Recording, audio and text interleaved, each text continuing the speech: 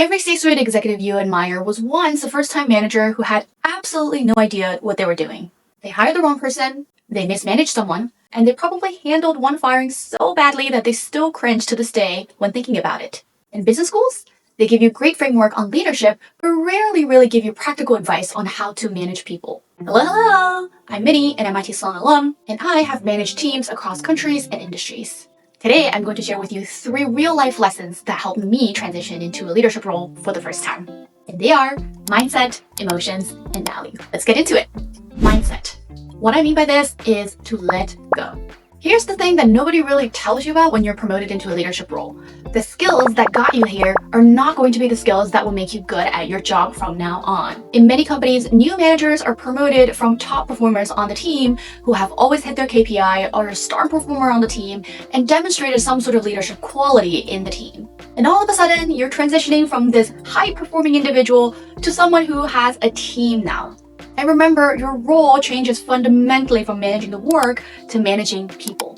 What this really means is that you've got to let go a lot of the work that you have been doing in the past and have been doing well in, and now moving on to coaching someone else who might spend 50%, 100% more time than you to do the job.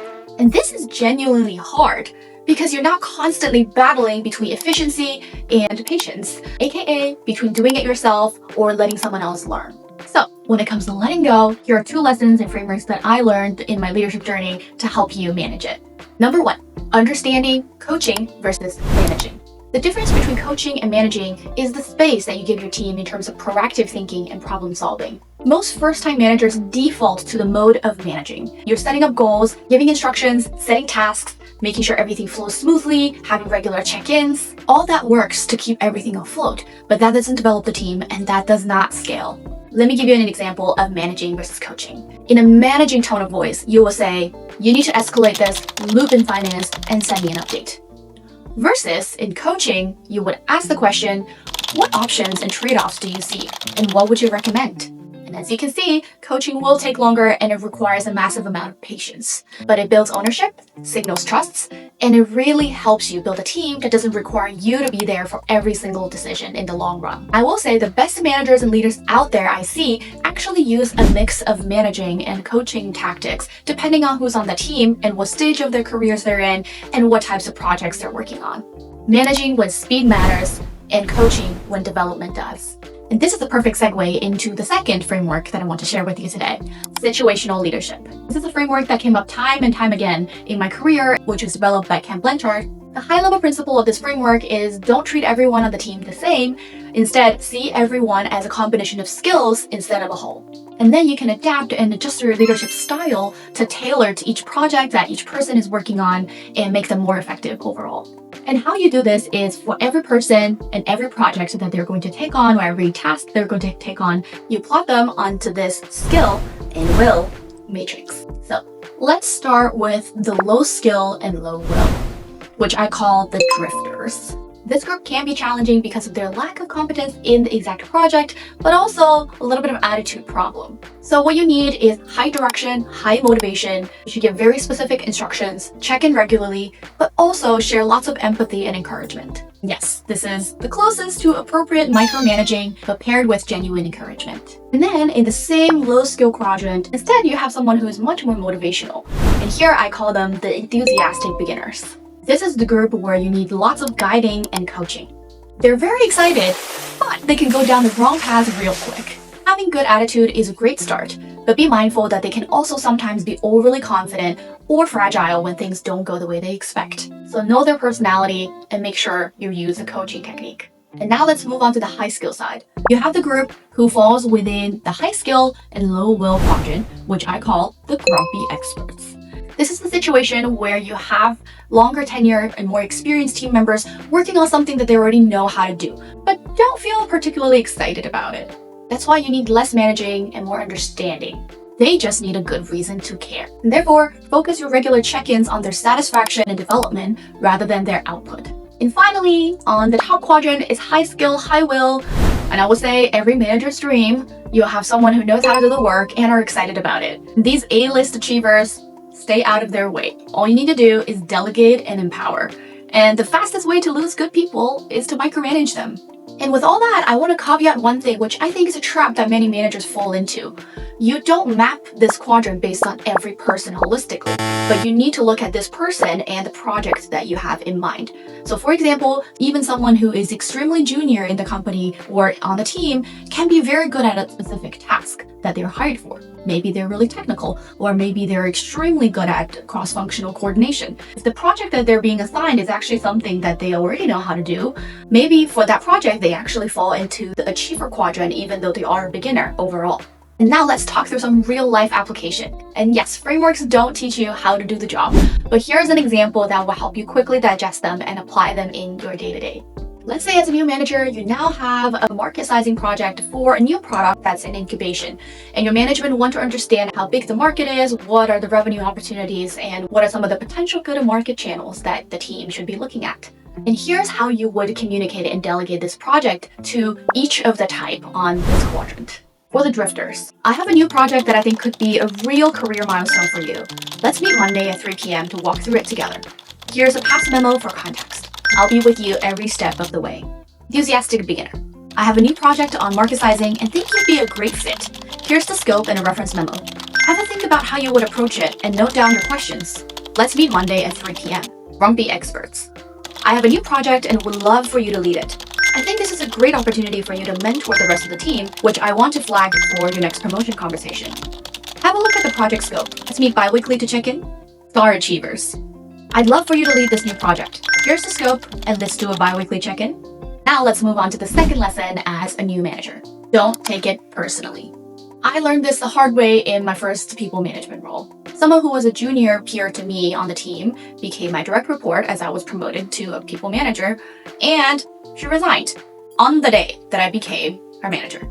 Maybe it doesn't affect others and it does me, but as a 26-year-old who is running a team for the first time, or maybe there's a factor of being women at work or being Asian at work, I just couldn't help but spiraled. Did I do something wrong? Why didn't they like me? What happened? Then my manager at the time called me over and told me, I just want to let you know not to take this personally. Because people make lots of decisions in life with their career, with their personal life.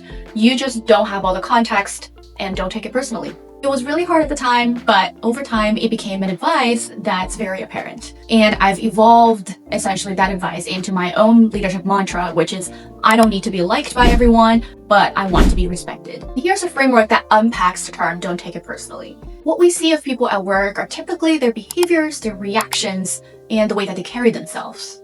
But those are just the tip of an iceberg. What's beneath the surface? That is their emotions, their values, their history, their fears, their needs, and all of which are extremely complex. And as a manager, it's very, very hard for you to know it all. A difficult team member who pushes back in every meeting, maybe they're going through a divorce. A quiet one who stopped contributing, maybe they're dealing with sick parents at home, or they were overlooked for promotions twice and no one told them why. With all that said, this doesn't mean you just ignore the emotional aspects of things and not deal with the issues. You should absolutely address them. This is why we say leaders have to have empathy so you are able to see beneath the surface. But the true lesson here is that with the iceberg model in mind, you will stop making yourself the center of the story every time. And look, if you're new to this manager job, you're going to make mistakes. And guess what? Like all things in life, you learn, you reflect, you become extremely introspective about your leadership style, and you just learn and move on. And the third lesson, define your values and manage your insecurities. This sounds soft, and I promise it's not. The managers I've watched struggling the most in their first-time management role are the ones that don't know who they are as leaders yet. And I absolutely put myself in that bucket in my first year of managing a team. They overcorrect when challenged, people please when they should push back, and overcompensate in ways that really erode their team's trust. And the antidote is really simple. You've got to define your leadership values before someone does it for you.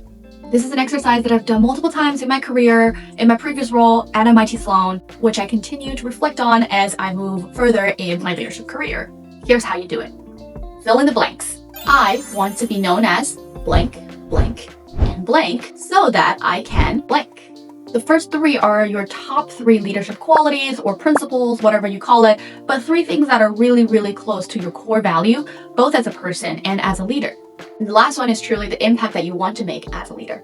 And to get yourself started, here are a ton of leadership qualities that you can choose from. A great book that will help you navigate this process is Brené Brown's Dare to Lead. And it talks about vulnerabilities, principles, and many other things in the leadership journey. Highly recommended.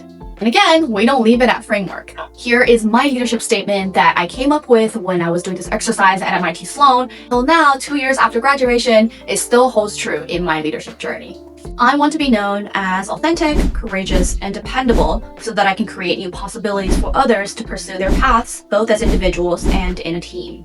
And another one that I deeply admire and was truly inspired when I first came across was the leadership principles from Peter Grauer. His 3 key leadership principles are respect, humility, and intimacy.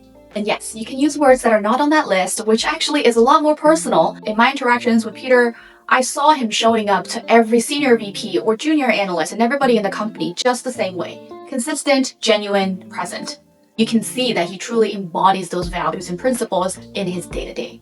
When you know who you are as a leader, and if you can make decisions and do your work based on your true values and core principles, you will stop needing the external validation to feel secure. That security is so important in building trust in your team.